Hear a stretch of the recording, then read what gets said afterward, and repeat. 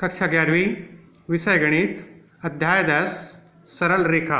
सरल रेखा के अंतर्गत हम चल रहे थे प्रश्नावली 10.3 का प्रश्न क्रमांक 1।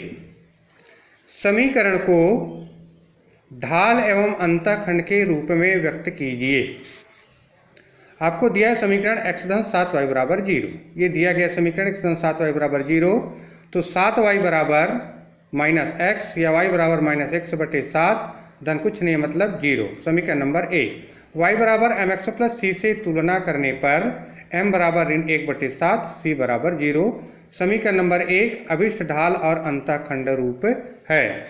प्रश्न क्रमांक 2, निम्न समीकरण को अंतःखंड रूप में व्यक्त कीजिए। 3x धन 2y ऋण 12 बराबर 0 दिया है समीकरण। 3x धन 2y ऋण 12 बराबर 0 को लिखा जा सकता है 3x धन 2y बराबर 12, 3x बटे 12 धन 2y बटे 12 बराबर 1। x बटे 4 धन y बटे 6 बराबर 1। समीकरण नंबर 1। समीकरण नंबर 1 अभिष्ट अंतःखंड का समीकरण है। x बटे a धन y बटे b बराबर 1 से तुलना करने पर a बराबर 4, b बराबर 6। अतः x अंतःखंड बराबर 4 और y अंतःखंड बराबर 6। प्रश्न क्रमांक 2 के बाद प्रश्न क्रमांक 3 का पहला, निम्न समीकरण को लंब रूप में रूपांतरित कीजिए। उनकी मूल बिंदु से लंबिक दूरी तथा धन x अक्ष के बीच का कोण ज्ञात कीजिए। x माइनस वर्गमूल 3y धन 8 बराबर 0 दिया गया समीकरण है। आपको इसको लिखा जा सकता है x ऋण वर्गमूल 3y बराबर ऋण 8, ऋण x धन वर्गमूल 3y बराबर 8। दोनों पक्षों में x और y के गुणांकों का वर्ग करके वर्गमूल लेने पर, तो ऋण 1 का वर्ग इसका गुणांक, इसका नाम वर्गमूल 3 का वर्ग बराबर 4, वर्गमूल 4 बराबर 2 से भाग देने पर ऋण x बटे 2 वर्गमूल 3 बटे 2y बराबर 8 बटे 2, या ऋण 1 बटे 2x वर्गमूल 3 बटे 2y बराबर हो गया 4। समीकरण नंबर 1। उस सरल रेखा का समीकरण जिस पर मूल बिंदु से डाले गए लंब की लंबाई p और लंब द्वारा x अक्ष से बना कोण थीटा हो, तो x cos theta plus y sine theta बराबर p से तुलना करने पर cos थीटा बराबर ऋण 1 बटे 2, साइन थीटा बराबर वर्गमूल 3 बटे 2, p बराबर 4। क्योंकि ऋणात्मक और धनात्मक ये द्वितीय चतुर्थांश में होता है, इसलिए थीटा तृतीय चतुर्थांश में है, तो cos थीटा बराबर ऋण 1 बटे 2 या ऋण cos 60 अंश। इसको लिखा जा सकता है cos 180 माइनस 60 बराबर cos 120, क्योंकि cos 180 माइनस थीटा बराबर cos थीटा, cos थीटा या थीटा बराबर 120 अंश या p बराबर 4। दी गई रेखा का लंब रूप होगा x cos 120 अंश y sin 120 अंश बराबर 4, लंब की लंबाई p बराबर 4 और x अक्ष पर बना कोण थीटा बराबर 120 अंश। अगला आता है बिंदु x डैश y डैश से सरल आर्टिकल्स है। सरल रेखा x धन by धन c बराबर 0 पर डाले गए लंब की लंबाई ज्ञात करना। हमको मालूम है माना रेखा का समीकरण x धन by धन c बराबर होता है 0। समीकरण नंबर 1।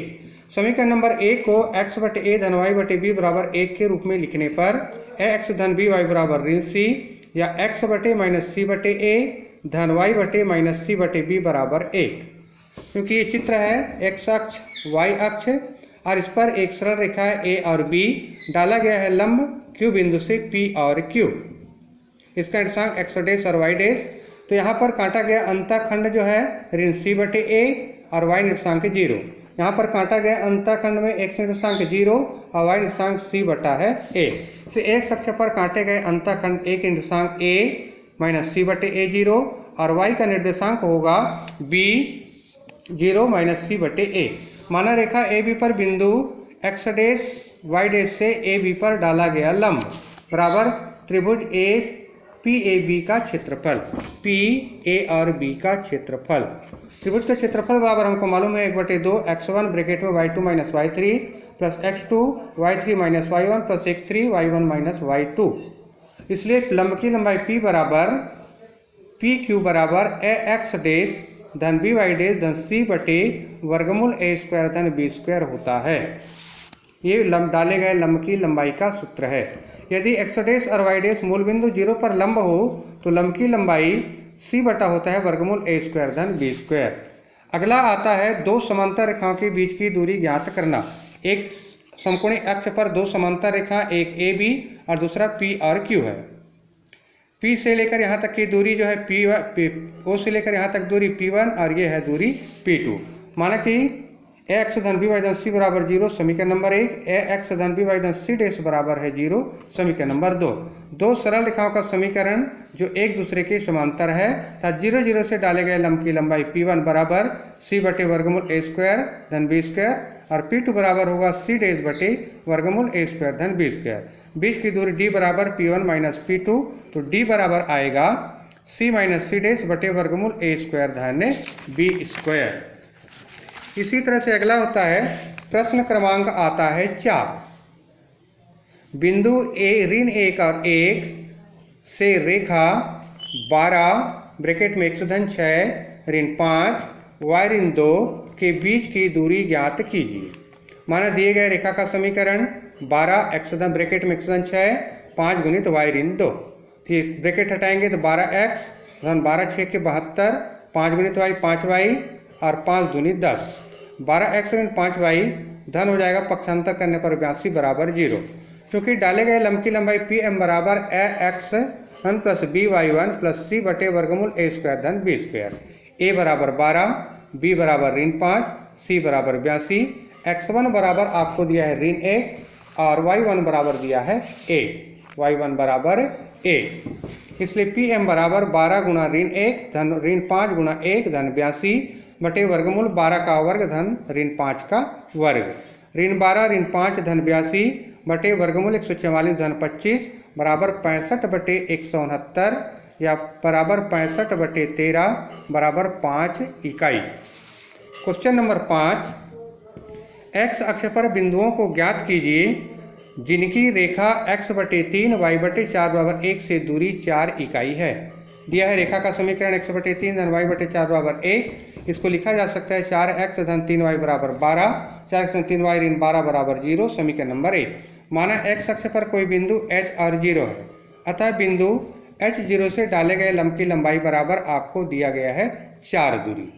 प्रश्न में दिया है 4, इसलिए x1 धन b y1 धन c बटे a वर्गमूल a स्क्वायर धन b स्क्वायर बराबर 4 गुणित h धन 3 गुणित 0 ऋण 12 बटे वर्गमूल 4 का वर्ग धन 3 का वर्ग बराबर 4h ऋण 12 बटे 5 बराबर 4 या 4h ऋण 12 बटे 5 बराबर धन ऋण 4। ये मापांक चिन्ह को हटाया गया तो ये हो जाएगा 4h ऋण 12 बराबर धन ऋण 20 या 4h बराबर धन ऋण 20 धन 12, 20 धन 12 धन चिन्ह लेने पर 4h बराबर 20 धन 12, 4h बराबर 32 या h बराबर 32 बटे 4 बराबर 8, ऋण चिन्ह लेने पर 4h बराबर ऋण 20 धन 12 या 4h बराबर ऋण 8 या h बराबर ऋण 8 बटे 4 बराबर ऋण 2।